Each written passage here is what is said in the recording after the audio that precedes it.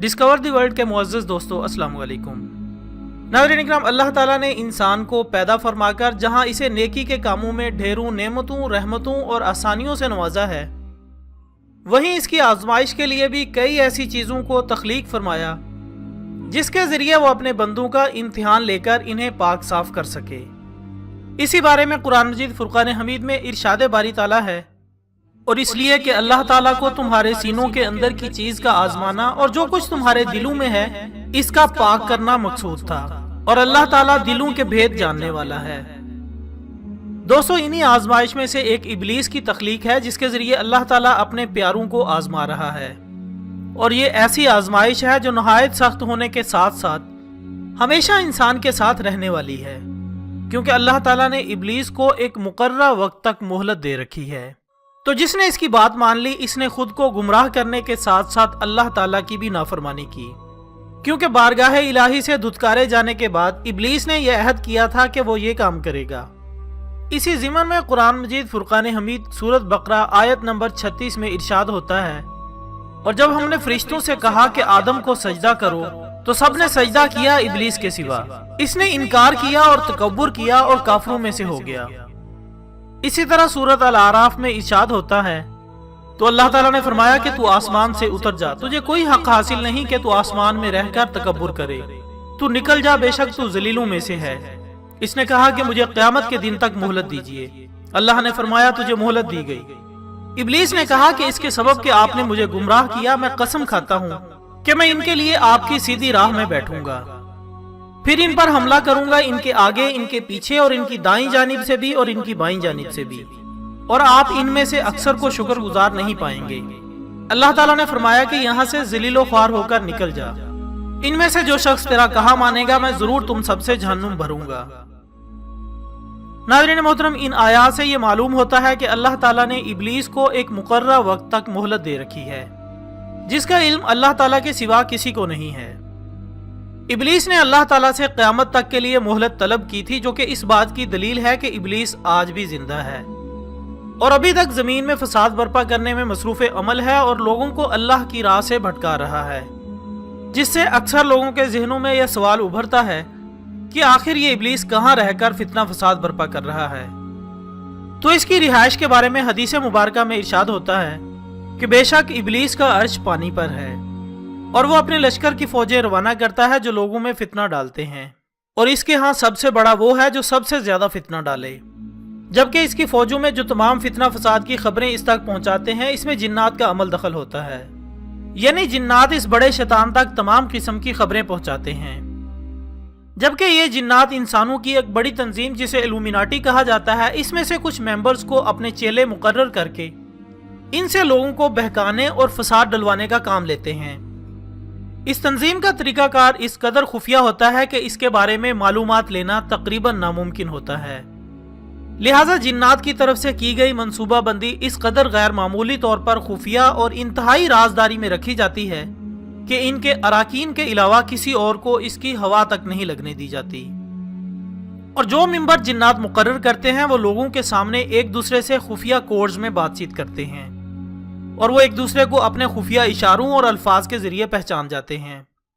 یہاں تک کہ یہ دنیا کے کسی بھی حصے میں چلے جائیں ایک دوسرے کو بآسانی شناخت کر لیتے ہیں، جبکہ سوشل اجتماعات، جلسوں یا تقریبات میں مختلف ملکوں میں بھی یہ ایک دوسرے کو بغیر کسی دشواری کے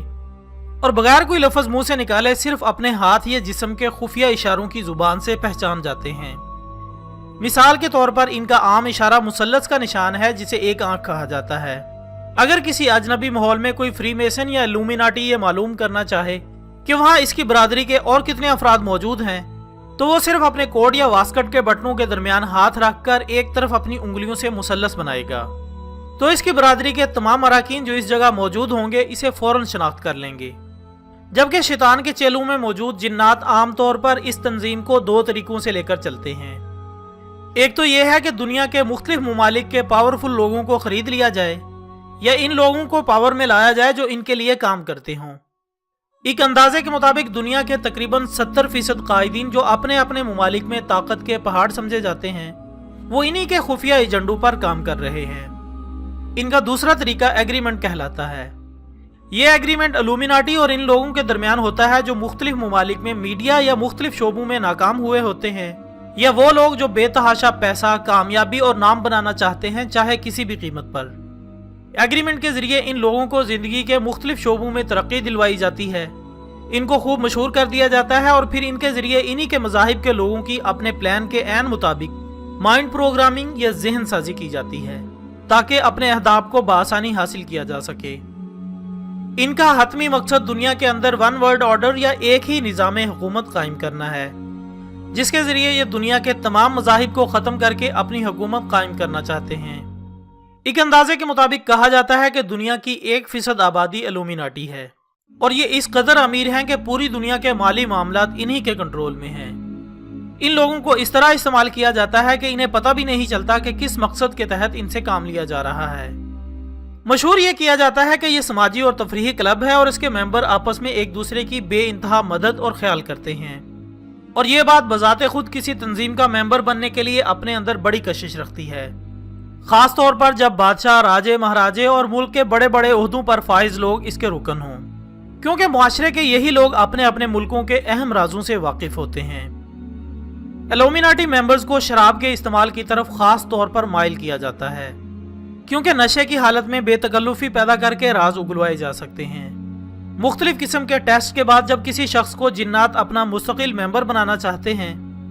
تو کسی شیطان ہمزاد کو اس کا تابع کر دیا جاتا ہے۔ ہمزاد کو تابع کرتے وقت صرف یہی ایک کام اس کے سپرد کیا جاتا ہے کہ وہ اس نئے رکن کی نگرانی کے لیے ہر وقت اس پر مسلط رہے تاکہ وہ اس تنظیم کا کوئی راز افشا نہ کر پائے۔ فری میسن یا الومیناٹی تاحیات اس شیطان سے نجات حاصل نہیں کر سکتا، چاہے وہ جتنا بھی کہے کہ اب وہ فری میسن نہیں ہے۔ شیطان الومیناٹی گروہ کے ذریعے اپنے نظریات کو فروغ دینے کی کوشش کر رہا ہے، اور مختلف ہتھ کنڈے استعمال کرتے ہوئے لوگوں کو اپنی عبادت کی طرف مائل کر رہا ہے۔ چنانچہ اس تنظیم کے مقاصد کا مشاہدہ کیا جائے تو ایک حیرت انگیز سیاسی پیش گوئی 1920 کی دہائی میں کمیونسٹ روس کی حکومت کے ایک اہم رکن نے کی تھی۔ اس نے کہا تھا کہ سب سے پہلے ہم مشرقی یورپ کو قابو کریں گے، اس کے بعد ایشیا کی عوام، اور پھر ہم امریکہ کو اس طرح گھیرے میں لیں گے جو کہ سرمایہ داری کا آخری قلعہ ہوگا، اور ہمیں اس پر حملہ نہیں کرنا ہوگا، بلکہ وہ ایک بہت ہی زیادہ پکے ہوئے پھل کی طرح خود ہی ہمارے ہاتھوں میں گر جائے گا۔ اسی پیشن گوئی کو مد نظر رکھتے ہوئے آج ہم دیکھ سکتے ہیں کہ آج کا ترقی یافتہ اور قابل رشک سمجھا جانے والا امریکی معاشرہ اسی تنظیم کے ذریعے مسخ کر دیا گیا ہے، جس کی وجہ سے اسے اپنی سوچ، اپنا اختیار میسر نہ ہونے کے باعث اس کے نظام کو کھوکھلا کر دیا گیا ہے۔ لہٰذا ناظرین اکرام، جو کچھ بھی ہم دیکھ رہے ہیں وہ قومی سطح پر ہو رہا ہو یا بین الاقوامی سطح پر، وہ سب اس بڑے الومیناٹی منصوبے کا حصہ ہے۔ جبکہ یورپ کی معیشت کو پوری طرح اپنی گرفت میں لینے کے بعد الومیناٹی دجالیوں نے اس بات کا منصوبہ بنانا شروع کر دیا ہے کہ دنیا کو اپنا غلام بنانے کے لیے اپنے دائرہ کار کو پوری دنیا میں پھیلا دیا جائے۔ چند دہائیوں کے بعد آپ دیکھیں گے کہ اس مقصد کے حصول کے لیے پوری دنیا میں ایک جنگوں کا سلسلہ چھیڑا جائے گا، جس کی مدد سے پرانے عالمی نظام کا خاتمہ کر کے نیو ورلڈ آرڈر قائم کیا جائے گا۔ ناظرین محترم، بلا شبہ فری میسن اور الومیناٹی ایک ہی سکے کے دو رخ ہیں۔ گویا یہودیت کی تمام شاخیں واضح طور پر شیطان کے پیروکار بن کر شیطان کے سب سے بڑے اعلی کار دجال کے لیے کام کر رہی ہیں، تاکہ لوگوں کو دھوکہ اور فریب کے ذریعے راہ حق سے ہٹا کر دجال کی راہیں ہموار کی جا سکیں۔ لیکن دوستو، اگر اسلامی روایات کو اپنی زندگی کا حصہ بنا لیا جائے اور کلی طور پر دین اسلام کی ہدایات کے مطابق زندگی بسر کی جائے تو یہ شیطانی حربے کسی کا کچھ نہیں بگاڑ سکتے۔ اور آخر میں دعا ہے کہ اللہ تعالی ہم سب کو اسلامی تعلیمات کو زیادہ سے زیادہ سمجھ کر ان شیطانی فتنوں سے محفوظ رہنے میں ہماری مدد فرمائے، آمین ثم آمین۔ ویڈیو پسند آنے کی صورت میں اسے لائک کریں اور اسے دوسرے دوستوں کے ساتھ شیئر کرنے میں ہمارا ساتھ دیں۔ ہم کل انشاءاللہ دوبارہ حاضر ہوں گے ایک اور اچھے سے ٹاپک کے ساتھ، تب تک کے لیے اجازت دیجیے گا۔ اپنا دوستوں، رشتہ داروں اور گرد و نواح کے تمام لوگوں کا بہت خیال رکھیے گا۔ اللہ حافظ۔